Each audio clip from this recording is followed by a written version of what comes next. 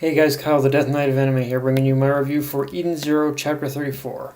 So, the first thing to take note of right off the bat with the chapter is that it jumps ahead pretty much after Hermit rejects Shiki, and after we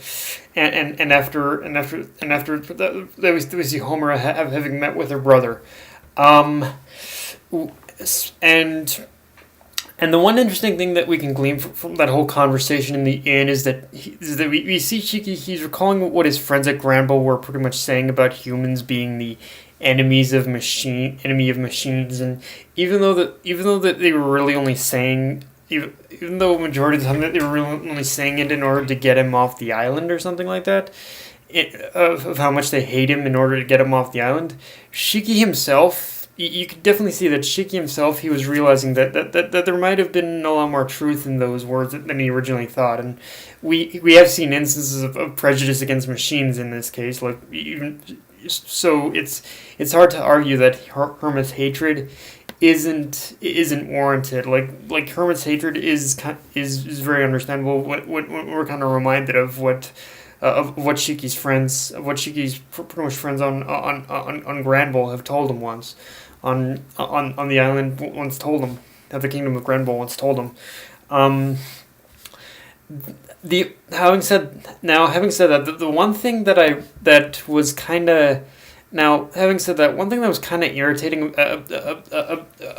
one thing that was kind of irritating about the whole about the whole time jump in this, about the whole brief time jump in this chapter, is that we really didn't get to see a whole lot of exactly what the conversation between Homura and her brother was about. We pretty much got a little bit more in this chapter to keep us intrigued, but not knowing what Homura's planning right now is kind of ticking me off already. Although I think what we can say so far is that she's using the group and this invasion as a distraction. But even knowing just that small detail, what's the most infuriating with about this whole thing that's going on with Homura, and not knowing the specifics about Homura's side mission, is when you consider what we see in this chapter. We can definitely see that Homura, that she still definitely cares for, basically for everyone on the crew of Eden Zero, at least to a degree. But there's obviously something about this job about this job she's doing that is obviously preventing her from asking for help, or downright even wanting help at all. So, and to that, it just kind of answers the question: what kind of mission is this? What kind of mission is this where you're openly willing in order to use the people who considered you a crewmate,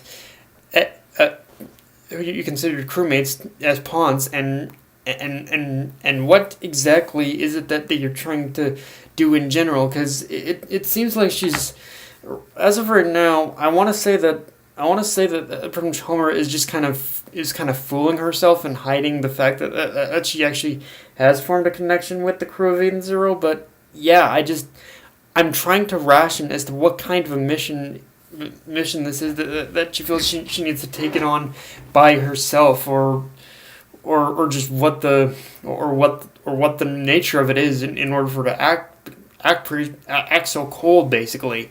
And I guess in that way it's infuriating, but it's also kind of intriguing. The only thing that makes sense to me is that it's basically, it's one of those things where it's going to be a threatening, or a life threatening, or just reckless plan in general in order to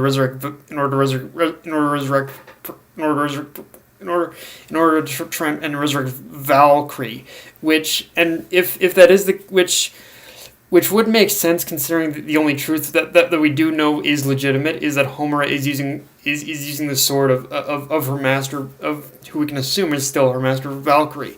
So in that sense, if she's wanting to resurrect, so I guess going off that possibility, if Valkyrie is dead, then it would make sense for Homura, in order to try to resurrect her on her planet that's made entirely of data. But yeah, I'm right now. I don't know if that's entirely the case, but I think it might be. I think it's probably that obviously that whatever Homura's plan is, it does have to do with Valkyrie for sure. I'm not sure what entirely. Like what I just laid out as a possible theory, but I. I think Valkyrie might have something to do with this. I'm just not sure what exactly this plan is, and I want to know soon, hopefully.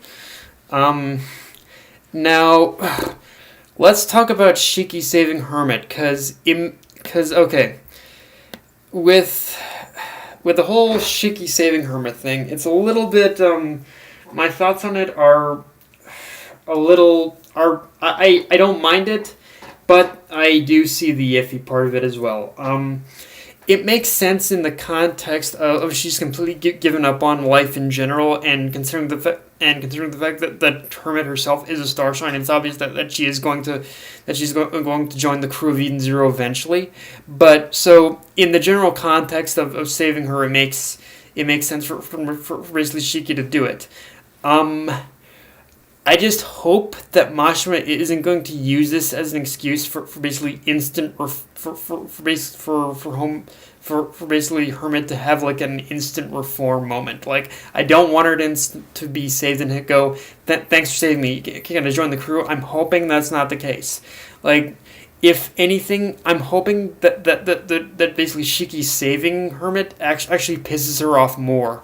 In fact, just from studying that whole last page, I think, or just the expression of Hermit on that last page, I can kind of take a guess as to where we're going with this actually, which is that if I'm not mistaken, I think what's going to happen here is that when they basically land and Shiki extends a hand to Hermit to say, we basically want to save everyone. Can you help us?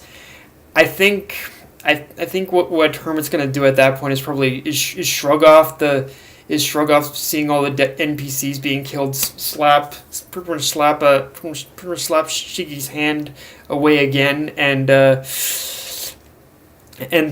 Shiki's probably gonna knock some sense into her that they leave her behind in order to save everyone, which is gonna leave her contemplating her choice for like a chapter or two. At least that's kind of the vibe I'm getting of where Mashima might be going with this, but I don't know for sure if that's gonna be the case. I'm hoping that's the case, but I don't. Yeah, I'm not gonna lie. Yeah, this whole chapter as a whole, it left me with a lot of uncertainty in a lot of places for sure as to what it's gonna be. But I'm definitely in more support of that, and it definitely does feel like Mashima is going down that route for sure, honestly. But we'll just have to wait and see. And honestly, it would even make sense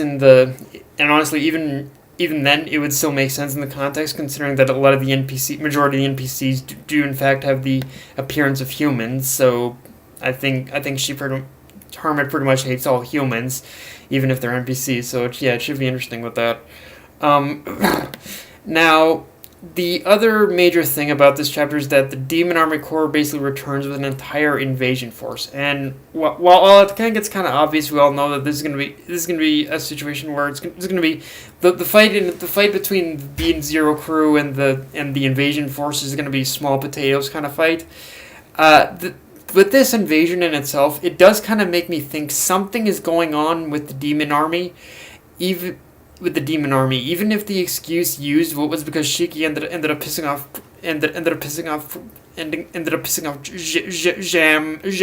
Jamarov. It still seems a little excessive to have that large of a fighting force.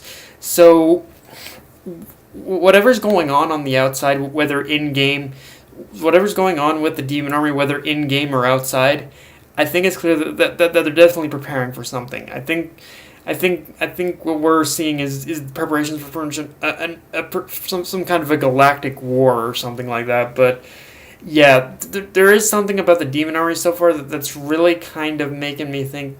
Okay, not only these guys, not only these guys, and they're deciding to set themselves up as the main antagonists of the series, but they're obviously they're setting up for. It feels like they're setting up for a lot of big end game stuff for sure.